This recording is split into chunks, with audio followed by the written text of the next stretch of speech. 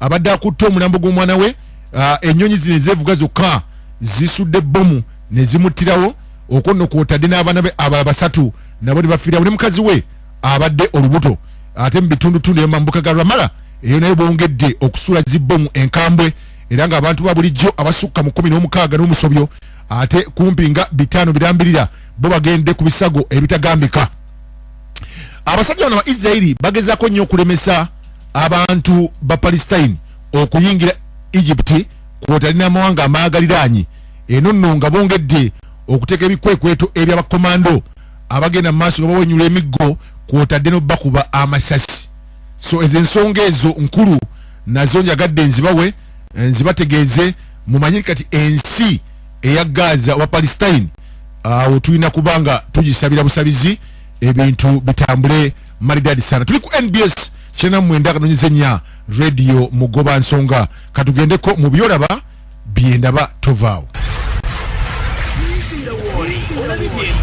Byendaba nange nsinzire gyende ndabe Byolaba Byendaba katukuwe byetulaba otuwe Byolaba okwetoolola ensi yonna tulowooza nti ensi tuti bweri amaaso gatume wala mwenafenye tukoolekeza bwe betukuwa tubijja wala akanyomero Byolaba Byendaba mu evening drive ne Luboche akutuusibwako Headaid awonya omutwe mbagirawo akola ku mayina agaluma omugongo eningo n'omusuuda.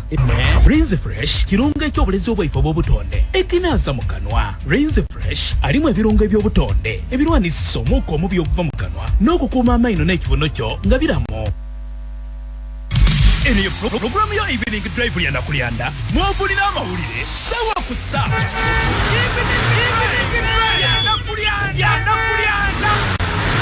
Budde bwa kawungezi bwakayisa nnyo. Kabeera leeta ak'ekikumi.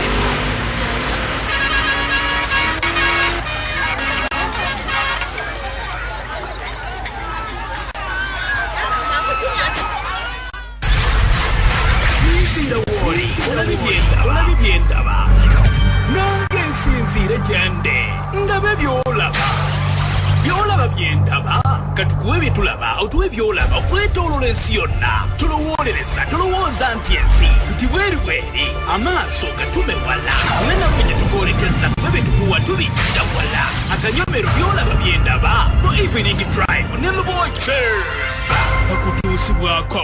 Headaid awonya omutwe mbagirawo akola ku mayina agaluma omugongo eningo n'omusuuda. Rinse Fresh kirungo eky'obulezi obwaife obw'obutonde ekinaasa mu kanwa. Rinse Fresh alimu ebirungo eby'obutonde ebirwanisa omuuka omubi okuva mu kanwa n'okukuuma amaino n'ekibuno kyo nga biramu.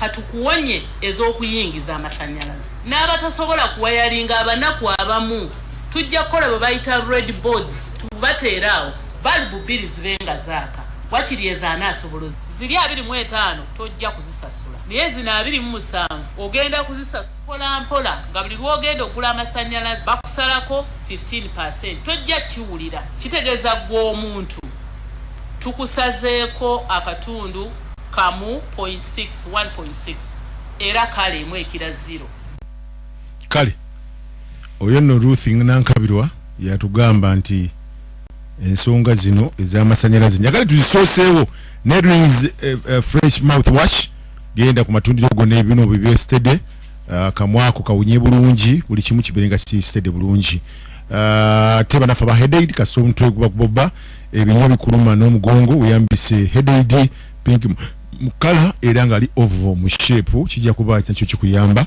okutambuza bulungi ensonga zo. So ku NBSFM kwe tuli njagadde nkayiseewo ka omanyi nti amasannyalaze mugamanyi kasomuti kuba kumbi mitwalo 4.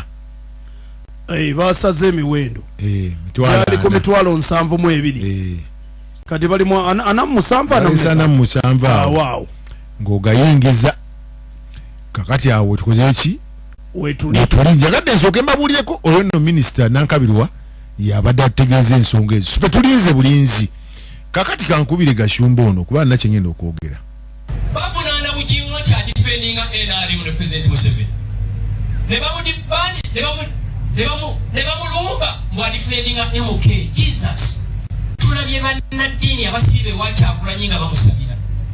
That's the Uganda I dream to live in. Bujingo oba asabira Museveni amukole ki? Bishop omulala oba osabira kyakulanyi mukole ki? Gwe lwaki onsalirawo gwe nyina okukola ki? Okuwagira.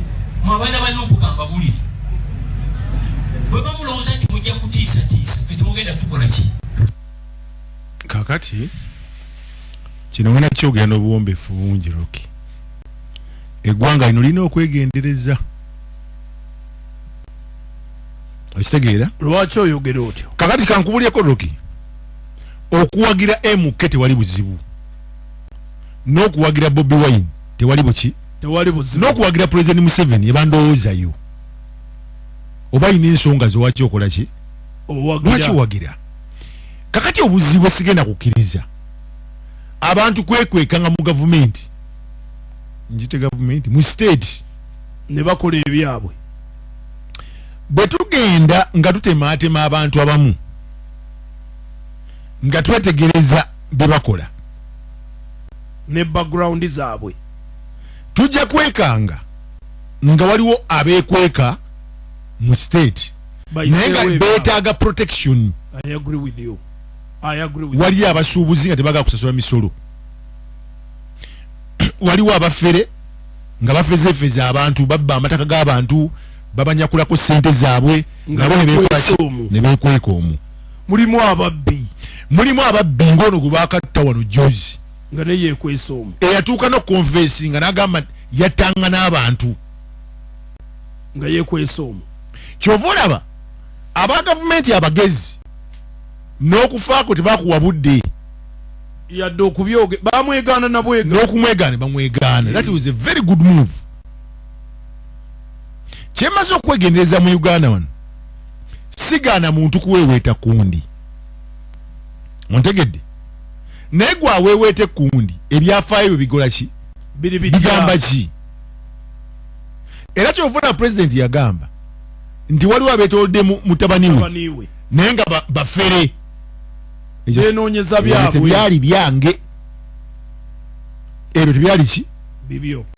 Abamu tebaagala bakwata batisatisa poliisi. Nze ndi wa MK, nze ndi wa President Museveni. Sobola okuba essimu limuli lyokka ne bakuggyako amayinja ago. Nagamba kwa poliisi omuntu tebabatiisatiisanga. You're doing your job. You're doing your what? Your job. Ekirala tulekeraawo embeera z'okusiga obukyayi. Nti okuwagira Kyagulanyi si musango. Okuwagira MK si musango. Okitegedde? Naye abantu baagala okuteekawo ekibeera ekizibu ennyo nti gwe olina kuwagira oli gwe baagala, sina gwe baagala oli kankomaawo. Nkitegeera. Naye si lutalo. Ensonga lwaki abazungu batufuze okumala ebbanga. Wawulidde Kalamoja ekyaliyo? Nakiwulira. Olupapula lwa monitor lwafulumya nga luga nti abantu 9 Kalamoja baafa enjala. Nakugamba no Kalamoja yeetaaga mabaati. Ojjukira kikubuuza wano? Yes. Naye kugamba nti Kalamoja kye yeetaaga mazzi. Naye wano mu Africa ne bakugamba nti abantu 9 mu ggwanga eryo bata Banana Republic. Nkuwulira baba. Palo of Africa, ekkolo lya Africa nti abantu bafudde enjala. Ku ttaka lino lye tulina ekimu. Weewaawo waliwo ebitundu ebimu ebitali bigimu nnyo naye nga balina bye balina. Gwe Rockins okubuuza ekibuuzo bano abawoggana ebyo omanyi waliwo okwogera ebigambo ebitanga tebiyamba okuwudiisa. Era nakugambako n'okugamba nti abantu batandika okubuulira abakulembeze people who hold state power okubabuulira ekituufu. For example nze bwe mba natudde n'abantu abo bagamba ega buwagizi nti ye amakubo amanene mu Busoga agata district ezisinga obungi tegaliiwo gataka. Tuyamba otya mukole kolas kuba gwe mulembe gye gulaze kati abavubuka Busoga erima kino na kino mukole factories abantu bafune emirimu ebintu bitambule nga zigatako value ku bintu bye balima. Si bwe kiri? Nkuwulira. Ekyo nakyogerako wano. Ekirala okutunuulira ensonga esinga okuba nga nkulu ey'emisolo nti abawa omusolo batono abagubba batono ne bagubba mu bungi sente bazibba mu bungi nga bw'owulidde biliyoni 5.3 abawa omusolo batono abalirira ebitabo bya gavumenti muwanga John yaga biliyoni 5.3 ezo mye nga basasula abantu ab'empewo mye mugende mukwate abantu abo abasasula ab'empewo muba mubalinza kubanga ezo sente zisobola okuzimba enguudo okukola amalwaliro. Abawa omusolo batono n'abagubba batono wabula babba mu bungi bagubba mu bungi trillions of money nga zigenze mu bantu batono. Then we fight corruption. How? Kakati kiri bwe kiti nti bwe tuba tutegedde ebiruma ebizibu ebinene ebituluma tusobola bisolovinga ngotosobola kugamba nti omusajja ataasoma amini alina ebintu bye boogerako bye yakola nga teyasoma kubanga amini yamala emyaka 8 n'ekitundu mu buyinza naye wabagamba mwenda naye there is something to show naye nga amini yasomawa nkuwulira naye omulembe guno guliko abantu abaasoma. Omukulu omu ayitibwa Colonel Kiza Besigye emabegawo yagamba nti the biggest problem Uganda gyerina y'abantu abo abeefuula abasomyeko otegedde the elite class naye ne mumalira ssente mu administration. Okimanyi mu ssente za Uganda ezisinga ez'omusolo zigenda nnyo mu administration. Eriyo ebintu ebyetaaga okusalawo obusazi nga tebyetaaga na kuteesaako naye n'osanga boardroom meetings padiem kitegeera noga kati twamalya ki obudde. So kati we need nze ndowooza muzeeyi yandibadde atunulira ebintu ebimu naddala transition ye enkyukakyuka agenda genda ati ateeseteesete eggwanga kubanga nze wale yange eryemu nti bano bonna tubawulira sente ezibbibwa tuziwulira abafere tubawulira abantu bagoba ku mataka tubawulira abavudde ku nnyanja tubawulira naye obusungu obwo bonna n'abantu abawa emisolo gye batalina kuwa nabo tukola ki tubawulira kanti ebyo byetaagisa muntu eyasoma ennyo bitegeera kuteesa nnyo era boardroom zituule ng'ekyo kiringa nnyinza okuwa ekyokulabirako ekintu ky'ebisyaga bwe kyazunza wano ne batuula ne bateesa naye ng'omukulembeze naye inactual senses akimanyi nti ekyo kikyamu yali alina kutuula butuuzi eryaga nti nedda anti wuliriza ekyaganyu bigenda mukuba ebekisiyaga biri political nnyo kati saganyu bigenda mwe saga bigenda munda wali bitulaba nga amateeka wegali si byakulwawo nnyo biri political naye n'ekyalo kyennyini kikuzira okirabirawo ebyafe ebyakalica byekola yokka n'amateeka wegali naye nakyo kituuza meeting otegekigamba okimanyi bulungi nti ono mwamusanze yabbye sente z'omuwa omusolo azibbye alina woteeri eno alina ebizimbe eno mutandikire ku ebyo mu muvunaane ekyo nekikole ki one time nawulira pulezidenti ng'agamba ekintu ekyo nkiddangamu nti ababbye sente ku investor abadde azimba ekyuma ekya fertilizer etororo mbamanyi anti nagambye nti kati n'okola otya ekintu ekiri kimu kyokka kyokka bano abaana abalimbalimba MK kubanga manyi bamulimba ate ndowooza naye yabagwamu bwendowooza okwange these are the things mwantudde naye kubanga tiye Bobi Wine omulimu gwe gwakola kumulisa kulabisa kakati mmwe abalina solutions ye mmwe abali mu state muveeyo mu implementing sikozesa kigambo government nkozesa state